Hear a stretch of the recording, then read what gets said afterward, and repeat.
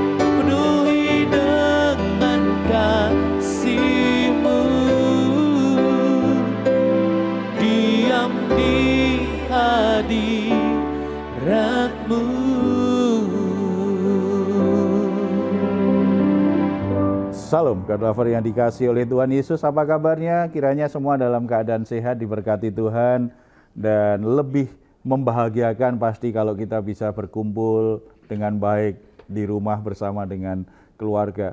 Saudara-saudara, sebelum kita beristirahat, sangat indah sekali kalau kita bisa menghampiri tata kasih karunia Tuhan, apalagi kalau kita punya pergumulan-pergumulan yang belum selesai sampai saat ini. Karena dalam hadirat Tuhanlah kita menemukan ketenangan hati, bahkan kelegaan untuk bisa melewati waktu-waktu yang berat dan tetap bisa beristirahat dengan baik. Yesus berkata kepada kita semua, marilah kepadaku semua yang letih lesu dan berbeban berat, aku akan memberi kelegaan kepadamu. Sebuah janji yang luar biasa, kelegaan akan Tuhan berikan kalau kita datang kepadanya. Mari hampiri Dia dalam doa kita. Bapa di surga, kami mengucap syukur karena dalam Yesus Kristus kami semua beroleh anugerah yang begitu mulia. Kami boleh menghampiri Engkau dan memanggil Engkau sebagai Bapa. Engkau pribadi yang tidak jauh tetapi begitu dekat di hati kami. Kami hampiri Engkau saat ini, kami membawa semua hal yang menjadi beban berat hidup kami. Kami letih, kami lesu, kami membutuhkan kelegaan dari-Mu Bapa.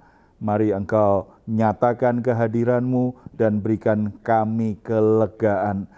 Tuhan menolong setiap permasalahan, setiap pergumulan, setiap hal yang saat ini mengganggu pikiran kami, membebani jiwa kami.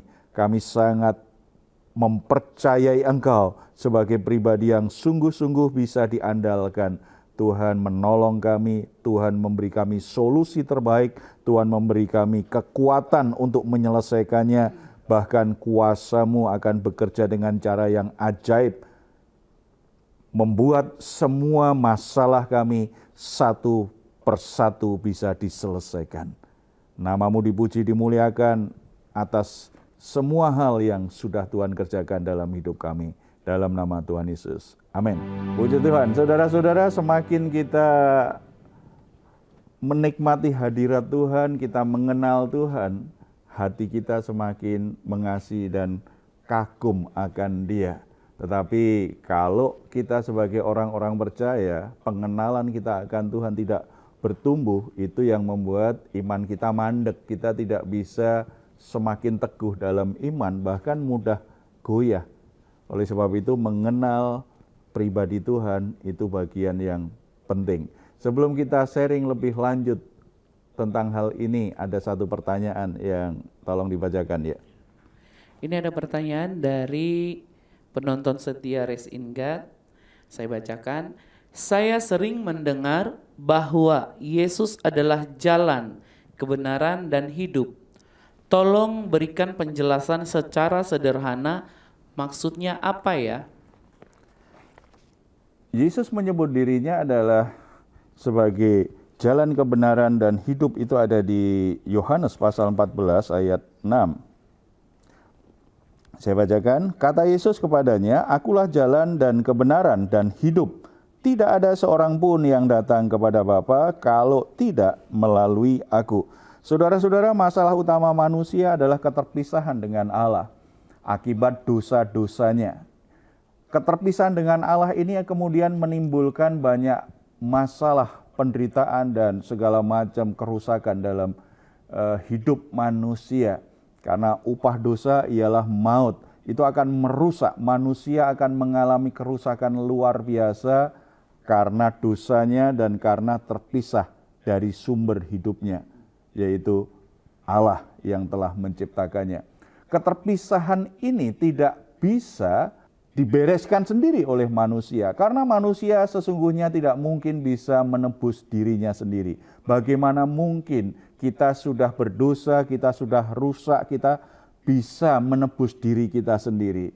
Dengan jujur kita akan berkata, sebenarnya dalam perjalanan hidup kita 1 minggu, kita mungkin lakukan banyak hal baik, iya. Tetapi hal tidak baik pun juga kita lakukan. Kalau toh kita lakukan hal yang baik pun, terselip hal yang tidak baik. Setidaknya motivasi yang culas, motivasi yang jahat, motivasi yang lebih mementingkan diri sendiri. Itu akan terlihat ketika kita berbuat baik, kemudian orang lupa berterima kasih saja, kita kadang-kadang jadi tersinggung. Kita kecewa karena orangnya tidak berterima kasih dengan kita. Bukankah itu sebuah tanda bahwa sebenarnya walaupun kita baik pun ternyata ada juga terselip di hati kita kepentingan yang berpusat pada diri sendiri, pada harga diri. Kalau dia nggak terima kasih, nggak menghargai pemberianku dong, berarti kan ada motivasi untuk dihargai. Atau kalau tidak, kita beribadah pun juga terselip hal-hal yang tidak benar. Kita ibadah, kita puji-pujian, ada saja yang kita pikirkan, pemimpin pujiannya kurang bagus. Wah itu bajunya nggak bagus. Wah ini yang main musik nggak bagus. Dalam pikiran kita ada terlalu banyak kritik terhadap orang yang melayani. Belum lagi begitu masuk khotbah. Nah ayatnya itu saja. Pasti habis ini nih pasti. Kemudian mulai nggak mau mendengarkan. Tubuhnya duduk di depan pendeta yang khotbah. Tetapi pikiran dan hati kemana-mana. Kita tetap beribadah, tetap pergi ke gereja beribadah. Sesuatu yang sangat baik, itu saja kita tergoda, akhirnya nggak tulus. Dengan hal begini, bagaimana mungkin kita begitu sombong berkata, saya bisa menebus dosa saya sendiri? Sangat tidak mungkin. Orang berdosa tidak mungkin bisa menebus dosanya sendiri, apalagi menebus dosanya orang lain. Sangat tidak mungkin. Kesimpulannya, manusia berdosa terpisah dari Allah, tidak mungkin bisa menebus dirinya, berarti tidak ada harapan untuk bisa ketemu Tuhan lagi. Kalau tidak ada kasih karunia dari Allah. Dan puji Tuhan, sebenarnya itulah inti iman Kristen. Allah datang mencari manusia yang berdosa. Yesus berulang-ulang berkata kan, aku datang untuk orang yang berdosa. Bukan untuk orang yang benar. Bukan untuk orang yang sehat. Untuk orang yang sakit. Aku datang bukan untuk dilayani, tetapi untuk melayani.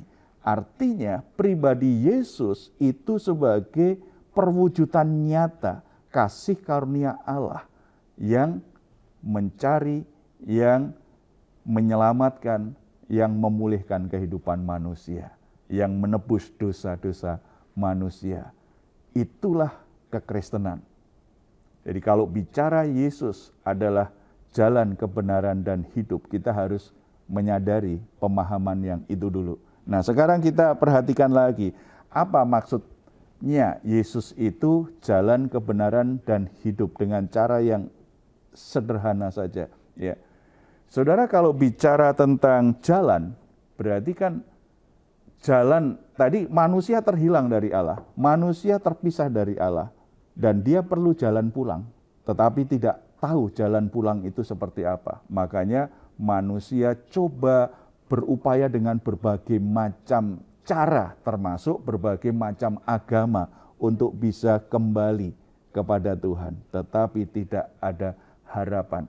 Sangat menarik di Alkitab kalau bicara dosa, salah satu pemahaman dosa itu artinya melenceng dari sasaran Tuhan. Artinya keluar dari rencana Tuhan, itulah yang disebut tersesat. Dunia ini disebut sebagai jalan yang sesat. Makanya manusia di dunia cenderung tersesat. Kita ingat perumpamaan Yesus tentang domba yang hilang. Domba yang hilang, ada 99 itu nurut tuh, ikut sampai kembali ke kandang. Satu tersesat. Kemudian gembala itu akan tinggalkan yang 99, dia cari yang satu itu. Ada banyak pemahaman tentang hal itu, tetapi ada beberapa poin penting. Yang pertama, domba itu kalau sudah tersesat, dia tidak bisa mengenali jalan pulang. Dia tidak mungkin bisa pulang kembali. Makanya domba itu harus dicari oleh gembalanya. Kalau gembala tidak mencari, domba itu tetap di jalan kesesatannya, dan nanti ada serigala melihat dia akan mati binasa oleh serigala itu. Karena tidak tahu jalan pulang, gembala yang mencari. Bukankah Yesus adalah gembala yang baik? Dia datang di dunia ini mencari orang yang berdosa, orang yang tersesat. Saudara-saudara, ini kabar baik. Di antara kita mungkin dulu tersesatnya, sekarang sudah ketemu jalan. Tetapi ada di antara saudara yang lain masih tersesat, tidak tahu jalan pulang kepada Tuhan. Sedang mencari-cari jalan, bagaimana saya bisa berjumpa dengan Tuhan. Kabar baiknya apa? Tuhan itu akan terus mencarimu. Tidak ada satu tempat pun yang tidak dicari oleh Tuhan, supaya setiap orang yang terhilang dan tersesat bisa ditemukan dan dibawa kembali kepada Dia. Ini kabar baik. Berarti setiap orang, walaupun dia sangat tersesat, dia sangat berdosa, tetap berharga, tetap istimewa. Kasih Tuhan tidak pernah berubah terhadap orang-orang yang tersesat. Sesuatu yang indah sekali. Dan bagi kita yang sudah merasa diselamatkan, sebagai orang Kristen nih, kita semua berarti harus terpanggil. Ada banyak orang di luar sana yang tidak tahu jalan untuk kembali kepada Tuhan. Harus ada yang menunjukkan. Yesus adalah jalan. Dia tidak hanya mencarikan jalan, membuat jalan, tetapi dirinya sendiri adalah jalan.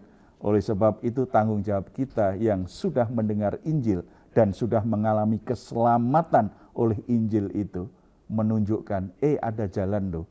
Kamu tidak perlu terus-menerus ada dalam kesesatan, membuat hidupmu semakin bingung, semakin kacau. Ada jalan, jalannya adalah Yesus Kristus Tuhan. Itu tanggung jawab dan panggilan kita sebagai anak-anak Tuhan. Jangan merasa kita sudah jadi orang Kristen yang begitu baik kalau kita tidak mau dipakai Tuhan untuk menunjukkan jalan yang benar itu. Ya, Yesus adalah jalan. Lewat Yesus kita kembali kepada Tuhan. Itu tadi yang dikatakan Tuhan di ayat itu kan.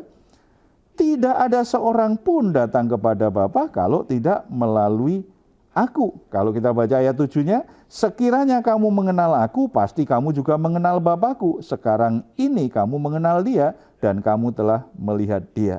Berarti lewat Yesuslah manusia bisa kembali kepada Allah yang menciptakannya. Dia adalah jalan. Kemudian Yesus juga berkata, Aku adalah kebenaran. Kejatuhan manusia pertama dalam dosa apa? Tertipu, dibohongi oleh iblis. Jangan makan buah ini, kamu nggak boleh ya makan semua yang ada di taman ini. Padahal Tuhan, kamu bebas makan semuanya, hanya satu yang nggak boleh. Tapi iblis menipu itu, menambahi, mengurangi. Itulah keahlian iblis. Jadi jangan-jangan kalau kita juga terlalu pintar menambahi mengurangi untuk bohong, kita muridnya iblis. Tapi tidaklah, kita murid Tuhan Yesus ya. Kita murid Tuhan Yesus. Hawa terjebak, percaya apa yang dikatakan iblis. Kebohongan iblis dia percayai, perkataan Allah dia abaikan. Inilah yang membuat mereka akhirnya jatuh dalam dosa. Dan manusia yang sudah jatuh dalam dosa ada di jalan kesesatan, semakin mudah dibohongi oleh iblis. Semakin sulit untuk percaya kebenaran yang Tuhan ajarkan. Makanya tidak heran kalau kita bertemu dengan orang-orang tertentu, kita menyampaikan firman Tuhan, kita menyampaikan berita yang baik tentang Yesus Kristus. Mereka tidak mengerti, mereka menolak. Karena bagi mereka yang kita katakan kebodohan, yang kita katakan justru bohong. Mereka mempercayai sesuatu yang salah. Tetapi Yesus berkata, akulah kebenaran.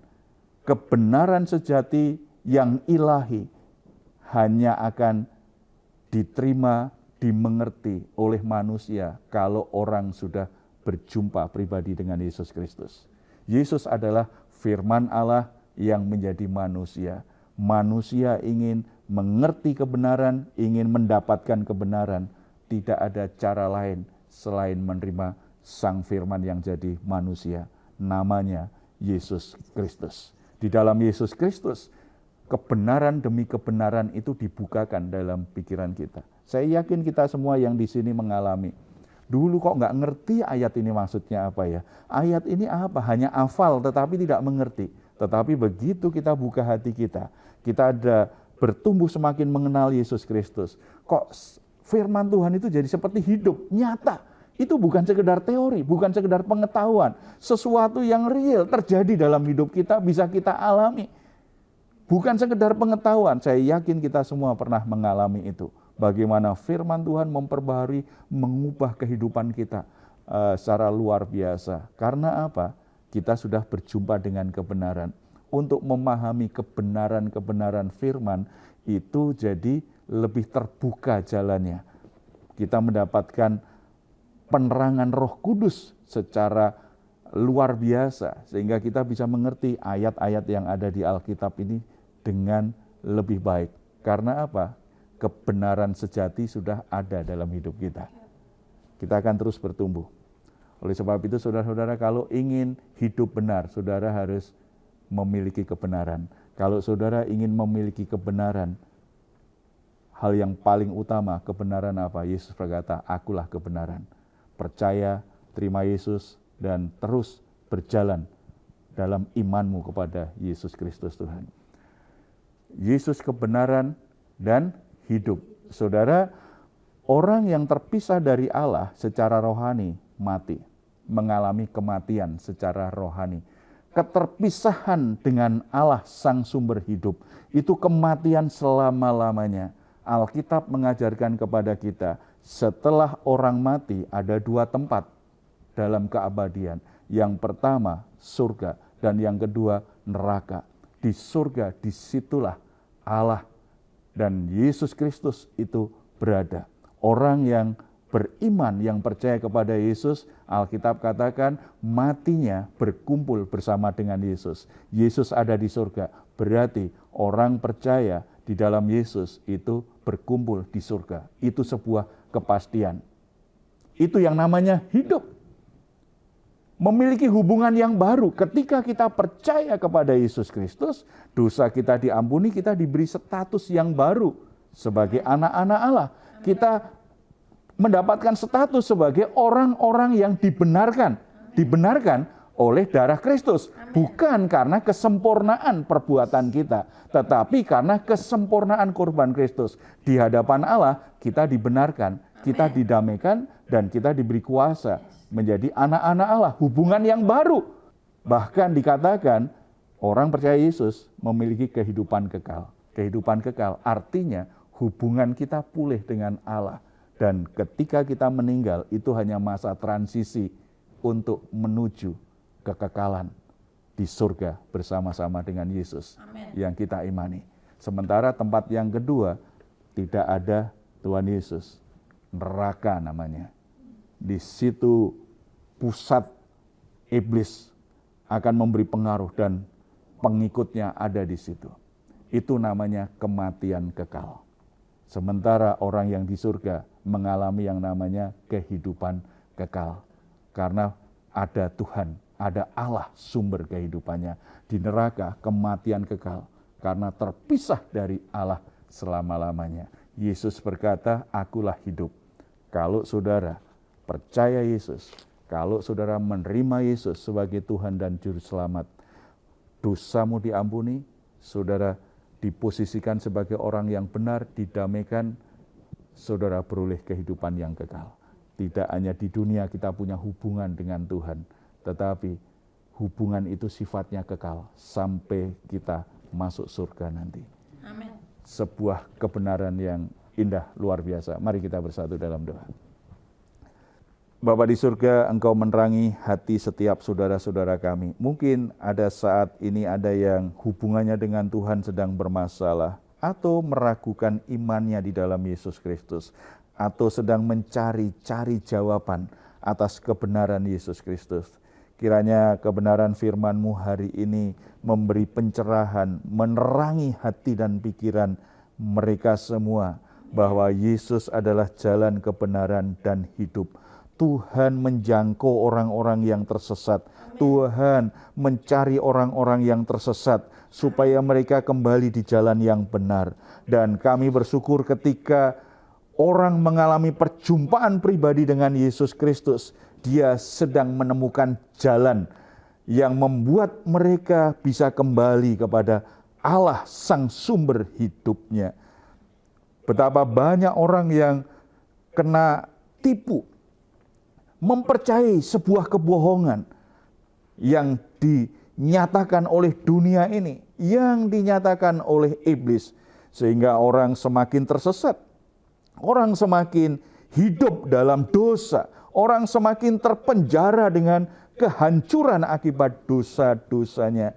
Tetapi kiranya Tuhan juga menyatakan kasih-Mu, nyatakan pribadi-Mu sebagai kebenaran yang sesungguhnya. Ketika kami berjumpa pribadi dengan Yesus Kristus, kami sedang mengalami kebenaran. Dan kebenaran yang ilahi itu akan memerdekakan kami dari semua belenggu dosa, dari semua perbudakan dosa, dari penjara-penjara masa lalu yang membuat hidup kami menderita, hidup kami mengalami hal-hal yang buruk sepanjang masa. Tetapi ketika kebenaran Allah di dalam Yesus Kristus, ketika kami menemukan kebenaran Yesus Kristus, maka kami semua akan mengalami kemerdekaan yang sejati. Bapa, kehidupan yang paling berarti adalah ketika kami bisa bersekutu denganmu. Dan itu kami rasakan betapa kami bahagia, betapa kami lega, betapa kami damai. Tetapi ada banyak saudara-saudara kami yang tidak mengalaminya. Kiranya Roh Kudus juga menjangkau mereka. Pakai kami Tuhan untuk menjadi alat Tuhan, memberitakan kabar baik, supaya mereka juga kembali menemukan kehidupannya yang baru, kehidupan kekal dalam Yesus Kristus. Hubungannya dengan Allah boleh mengalami pemulihan, mereka semua diubahkan hari demi hari sampai menuju kekekalan di surga bersama-sama dengan Yesus Kristus, Tuhan kami. Nama-Mu dipuji dan dimuliakan dalam seluruh kehidupan anak-anak-Mu, dalam seluruh hal yang kami kerjakan. Dalam nama Tuhan Yesus kami berdoa. Amin. Puji Tuhan, saudara-saudara, jangan pernah berpikir untuk meninggalkan Yesus Kristus, karena apa yang dicari manusia di dunia ini untuk menemukan arti hidupnya, untuk menemukan keabadiannya, untuk menemukan kasih sejati, kepuasan batin hanya ada di dalam Yesus Kristus. Kalau saat ini saudara sedang mengalami pergumulan, saudara sedang sakit, atau ada masalah-masalah yang lain, saudara membutuhkan dukungan doa, silahkan menghubungi nomor telepon yang tertera di layar saudara. Tim doa kami akan mendukung saudara dalam doa. Harapan kami, doa kami senantiasa setiap saudara sungguh-sungguh diberkati oleh Tuhan. Kalau saudara ingin memberikan komentar, silahkan menuliskannya di ruang komentar yang ada di channel Diaspora TV. Kami tunggu. Mazmur 4 ayat 8 sampai 9. Engkau telah memberikan sukacita kepadaku lebih banyak daripada mereka ketika mereka kelimpahan gandum dan anggur. Dengan tentram aku mau membaringkan diri lalu segera tidur. Sebab hanya Engkaulah ya Tuhan yang membiarkan aku diam dengan aman. Puji Tuhan, selamat malam, selamat beristirahat. Tuhan Yesus memberkati kita semuanya. Salam.